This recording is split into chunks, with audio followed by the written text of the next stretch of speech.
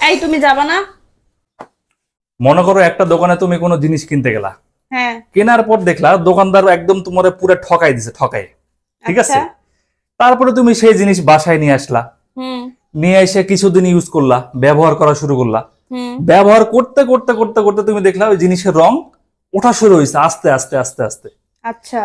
এখন রং উঠতে উঠতে কি হইলো, সেই জিনিসের আসল রংটা তোমার চোখের সামনে চলে আসলো একদিন, হুম। ঠিক আছে? তারপরে তুমি বুঝতে পারলা, আরে এই জিনিস তো বেকার, আমার কোনো কাজেরই না।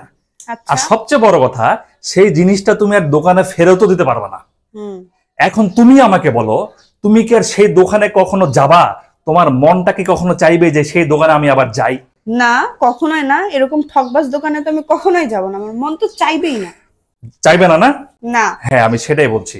আজকে তুমি নিজে তোমার বাপের বাড়ি যাও, আমাকে প্লিজ যেতে বইলো না। যাও, তুমি একা একা যাও।